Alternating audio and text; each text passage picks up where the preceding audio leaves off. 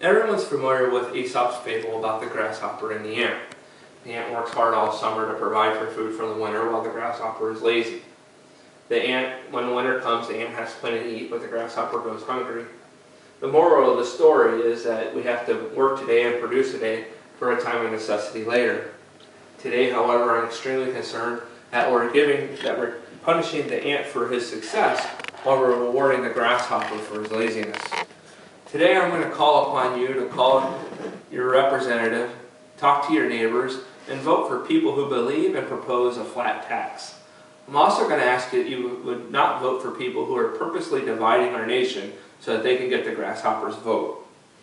Personal property rights have always been the staple of the American dream. The economy will continue to fail if we tax success at higher rates. The Founding Fathers designed our Constitution in a way that our success would be protected. Lastly, God will call upon us in a time of us into an account for what we've created and what we did with our wealth. Now imagine a world where the government came in and took half of what the ant stored and gave it to the grasshopper so that he could eat. The Economist News website has an article explaining how wealth in America has always been cherished as the success of the American dream.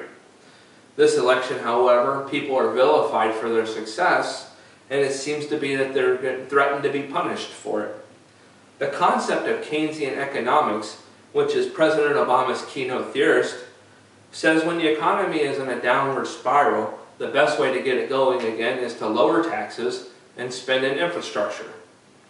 In other words, tell the ant you can keep everything that you create, you can keep everything that you produce, and then tell the grasshopper we're going to produce some jobs for you to work. The problem is the grasshopper didn't work when times were well, and a lot of the grasshoppers don't want to work today. On top of that, the money that was supposed to go for infrastructure, we're going to high political contributors who were for failing business ideas such as Solyndra. The Founding Fathers designed our nation in a way that everyone who wanted to work and store up for the future was protected from others taking it. They got a lot of their ideas and concepts from John Locke, an 18th century philosopher. In fact, we got our life, liberty, and the pursuit of happiness from Locke's phrase, life, liberty, and property. The overall idea was people who had rights to create and keep their wealth would work as hard as they could to create more. Imagine a family who bought a house and brought a plot of land. And they worked hard to produce in the land to get the rocks out and to get fertilizer into the ground and was able to finally start producing crops. They went to woods a couple miles away, hauled timber in, and was able to create lumber so they could build their home. They hand sanded their floors. They got everything perfect, ready to go so that they could live a comfortable life. And then the government steps in and says, we're going to take this from you. It would break their will to want to produce more, and it would affect the GDP of the nation in a tremendous way.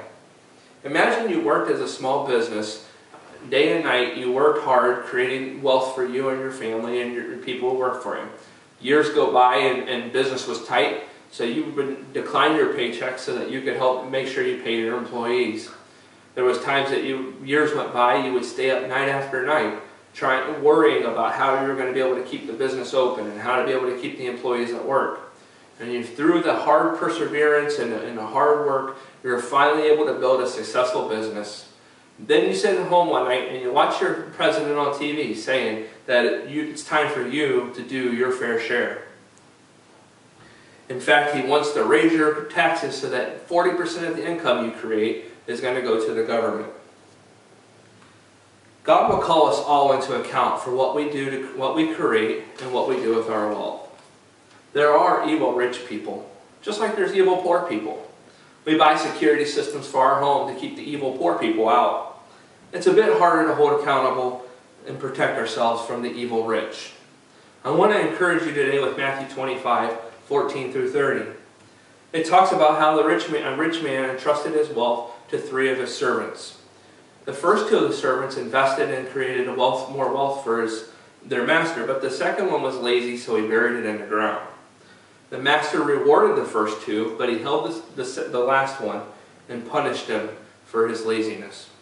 God has given everyone something to work with, and there's two things I'd like to get out of this, is that God gives everybody something to work with, and that we have a responsibility to work it.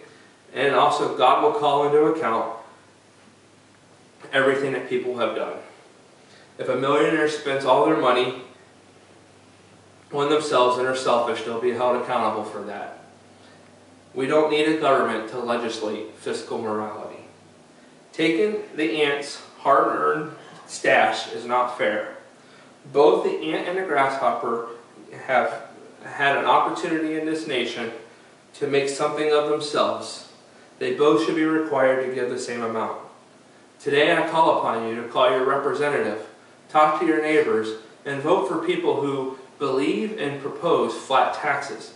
I'm also asking that you avoid voting for people who are purposely dividing our nation so that they can get the grasshoppers' vote.